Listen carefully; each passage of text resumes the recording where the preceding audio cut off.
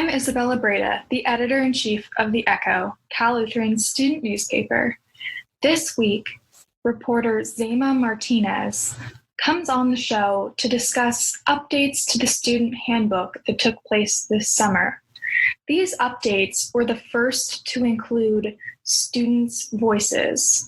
Students met in focus groups to help student conduct leadership plan on how they would revise the new handbook for the 2020-2021 school year. Welcome, Zeyma. So I want to start off by you introducing yourself. So feel free to just say your year, your interests, your major, that sort of thing. Hi, my name is Zeyma. I'm a senior. My major is communications, and I have an emphasis in public relations and advertising. And Zeyma got the chance to sit down with some students last week who were part of focus groups. Is that right? Yes. For the student handbook. So the new student handbook is modified a few times a year. But what was unique about these updates? Something that was very unique is that the school actually used student voice for the first time. It's something that I was told they hadn't done before.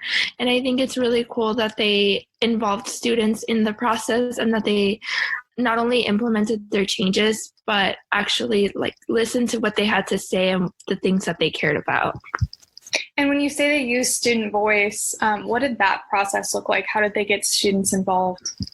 So they picked different students and they reached out to them if they wanted to be involved. And the students that said yes were put in this focus group. And in those focus groups, they were asked to review the handbook. They were asked to, what changes they would want to make and stuff like that. And then once they had all of that information, the school had different meetings regarding it. And then they finally implemented the changes. And what were some of the students' main concerns that arose during these meetings? I know one of the main concerns was the language. They focused on doing more gender-inclusive language. One thing that a lot of students wanted to fight for as well was a rule about having somebody the opposite gender in your dorm after 2 a.m. So that rule kind of changed. Now it's any visitor. So again, it took away the gender and now, if you want to have somebody in your dorm after 2 a.m., you just need to have your roommate's permission. They can't exceed 2 nights in a row, and they can't exceed 4 nights within the month.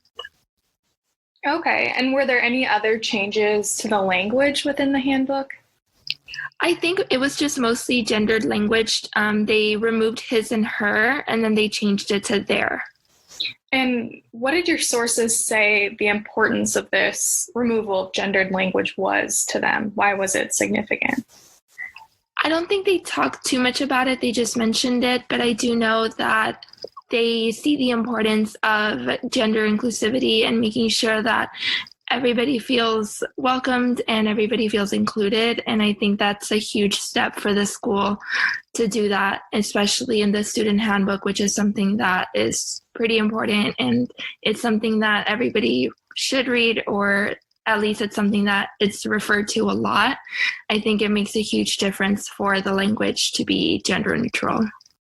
Right. And so another one of your sources, I believe it was Karime, mentioned that one thing they were focusing on in these discussions was also how different disciplinary actions were defined.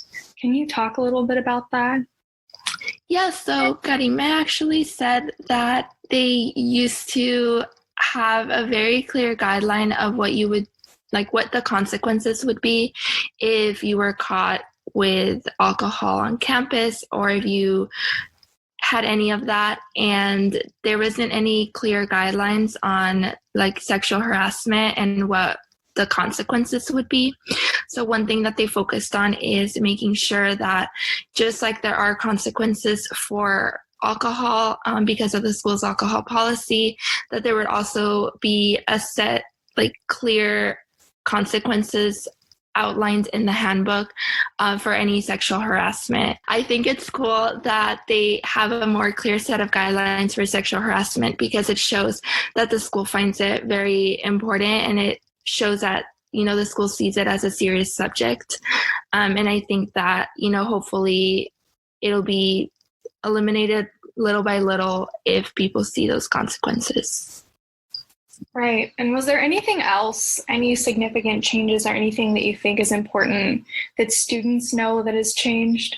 Another thing that happened is that they added a COVID-19 addendum, and that just kind of showed the different guidelines that the school has for students about practicing social distancing, wearing masks, not being you're not allowed to go into a different dorm other than your own and the people you live with, just to ensure social distancing.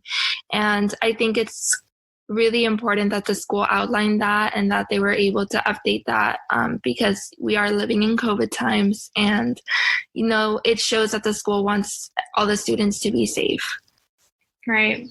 And so being that you are a student reporter, but part of that is being a student, of these changes, what sort of stood out to you, again, as a student, that you thought was an important step in the right direction?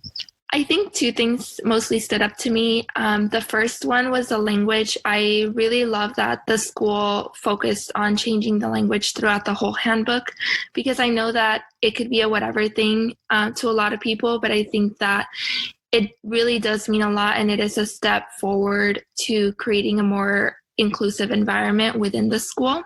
And I think that language has a big part of it. I think especially for people who are non-binary, it will really mean a lot, and I'm hoping that everybody will feel more included by that. The second thing that really stood out to me was the fact that they took out the 2 a.m. opposite gender rule. I think going again with gender inclusivity and everything like that, I think the process that they have now where you just ask your roommates if they're okay with you having a guest overnight, I think that's really good, just because I know when I used to live on campus, there were different situations where people would have to have people stay over, or they were working on a project really late at night, and it was just safer for the person to stay the night rather than having them drive back home. And I think having this rule, regardless of gender, and just having your roommate's permission is another good step towards that inclusivity and towards creating a better school environment. Yeah, that's great. Well, thanks so much for your time, Zeyma. For sure. Yeah, and we can find your story on the website. Here's what else you need to know this week. Last Thursday, California Lutheran University VPs, or cabinet members, began meeting with different departments on campus to discuss how furloughs and layoffs would affect their department staff. These layoffs and furloughs will continue through this week, and we will have a story coming shortly. In addition, we await the response of President Barlotta regarding the People of Color Collective's letter, including 3 demands that was sent to university leadership last week. Zeyma's story on the student handbook updates and all of the mentioned stories in this episode can be found on cluecho.com. Be sure to also keep up with our social media for any updates. Thanks for listening.